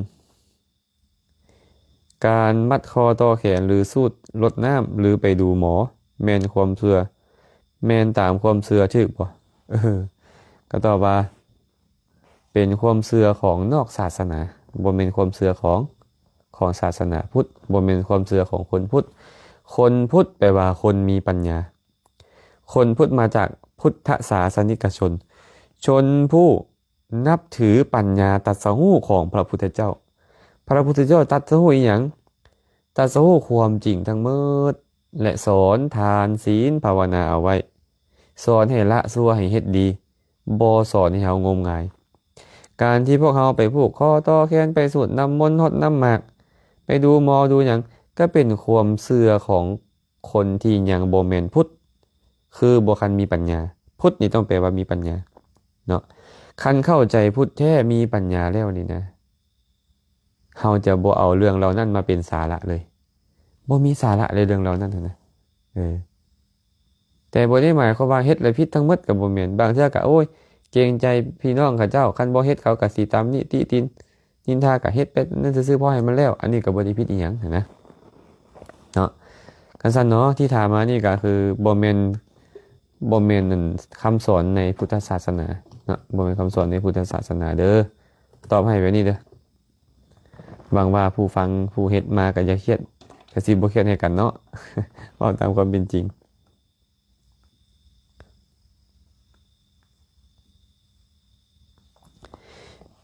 วิไลพรห้าวอ่อนจันทร์โอ้ยอ่านสื่อเพิ่นบ่ค่อยถูกจักเทื่อน้อมกราบนมัสการพระอาจารย์ขอการเรียนถามพระอาจารย์การให้ธรรมทานอภัยทานและการเจริญภาวนาบุญใดอานิสงส์หลายสุดก็น้อยขอบใจพระอาจารย์เมตตาอนุเคราะห์ธรรม การให้ธรรมทานอภัยทานภาวนาบุญใดอานิสงส์สูงสุดนะภาวนานี่นะได้อานิสงส์คือเฮ็ดให้ตัวเองนี่เจริญขึ้นด้วยกุศลมันต่างกันเลยเนาะให้อภัยก็คือให้ความปลอดภัยแก่คนอื่นแต่ให้ธรรมทานนี่ชื่อว่าให้อมตะธรรมแก่คนอื่นฉะนั้นพระพุทธเจ้าจึงบอกว่าธรรมทานสนะการให้ทั้งปวงในบรรดาการให้นี่นะให้ธรรมทานสนะการให้ทั้งปวงเพราะการให้ธรรมทานนี่นะเป็นปัจจัยให้คนอื่นบรรลุมรรคผลนิพพานเป็นปัจจัยให้คนอื่นนี่เศร้าทุกข์ได้แต่ภาวนามันก็สำคัญอย่างยิ่งเลยเพราะจะเป็นเหตุให้ตัวเองนี่นะอยู่อย่างผาสุกในปัจจุบันเป็นปัจจัยเกื้อหนุนแก่การบรรลุมรรคผลนิพพานพร้อมเถิงว่าเจ้าจะให้อภัยหลายปานใดก็ตามให้ธรรมทานหลายปานใดก็ตามแต่ถ้าหากเจ้ายังบ่สามารถที่จะรักษาใจเจ้าให้เป็นสุขได้ประโยชน์ในข้างนั้นก็น้อยลงบางเทื่อนี่ให้ธรรมทานดีอภัยดีแต่ว่ามีอีหยังมากระทบสภาพจิตใจแล้วโอ้ยเป็นเหตุให้เดือดให้ร้อนอยู่อกุศลก็ครอบงำจิตใจได้อยู่ก็เป็นปัจจัยแก่การเข้าถึงอบายทุกขติวินิบาตอยู่แต่ถ้าหากว่าภาวนาดีอารมณ์มากระทบในอายตนะต่างๆใส่ใจได้มันก็บ่ทุกข์อกุศลก็บ่เกิด และเป็นปัจจัยเกื้อหนุนแก่พระนิพพานพร้อมถามว่าภาวนาดีกว่าบ่ก็ต้องบอกว่าภาวนาดีกว่าเพราะเป็นประโยชน์ตนเองเฮ็ดให้หลุดพ้นแต่การให้ธรรมะเป็นทานนี่นะบางเทื่อในขณะที่ให้ตัวเองก็ได้ประโยชน์คนอื่นก็ได้ประโยชน์นำเป็นปัจจัยเกื้อหนุนแก่พระนิพพานได้อีกแง่หนึ่งคือกันเนาะภาวนาดีเด้อภาวนาดีลันดอนน้อมกราบพระอาจารย์สาธุนูคำบานเฮฮากราบพระอาจารย์ขอถามอีกแน่พระอาจารย์ขาน้อยอยากให้อ้ายลดความงมงายต้องเฮ็ดแบบใดและเพื่อให้เขาฮู้และเดินทางที่ถูกต้องเฮาอยากปานใดก็บ่สามารถที่จะเฮ็ดให้เขาลดลงได้มันบ่อยู่ที่เฮายากมันอยู่ที่ว่ามีแนวไปสะกิดใจเขาเจ้าบ่ให้เขาลดละเลิกความงมงายแม้นอย่างไรเป็นเหตุสะกิดใจเขาต้องเข้าใจ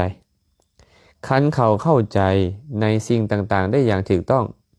มันหายไปเองความงมงายนี่อาตมาแต่ก่อนก็โอ้ยตอนบวชใหม่ๆก็พาญาติโยมบะบนศาลกล่าวเบิดแหละเฮ็ดเบิดแหละเฮ็ดตะกรุดเชกบาลก็เฮ็ดเบิดแหละนะแต่ว่าได้เข้าใจธรรมะปุ๊บมันทิ่มเองโดยอัตโนมัติมันปล่อยเองฉะนั้นเฮ็ดจังใดก็ตามให้เขาได้เข้าใกล้ครูบาอาจารย์ผู้เป็นนักปราชญ์บัณฑิตเฮ็ดให้เขาได้มีโอกาสฟังธรรมหน้าที่ของเขาเฮ็ดได้สำนิที่เหลือเป็นหน้าที่ของเขาเองเห็นบ่มหาโจรคือพระองคุลิมานนั่นนะแต่ก่อนก็โอ้ยสัวซ่าลามกฆ่าคนเป็นร้อยเป็นพันแต่สุดท้ายได้ฟังธรรมสั้นๆเองปรับปรุงเปลี่ยนแปลงแก้ไขสุดท้ายได้ออกบวชและบรรลุธรรมในอนาคตอีกในภายหลังอีกเนาะ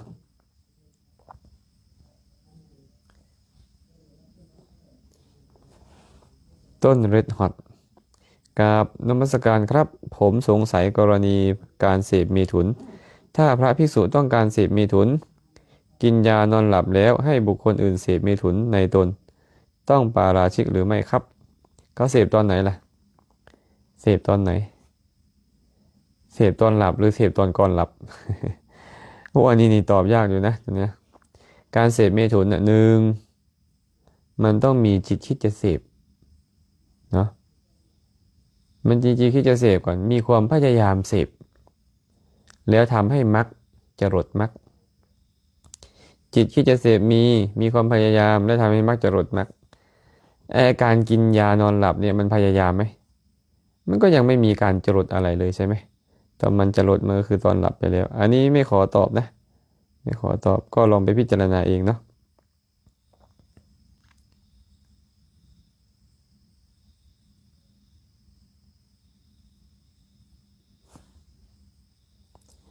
สาธุขอได้ขอโอกาสถาม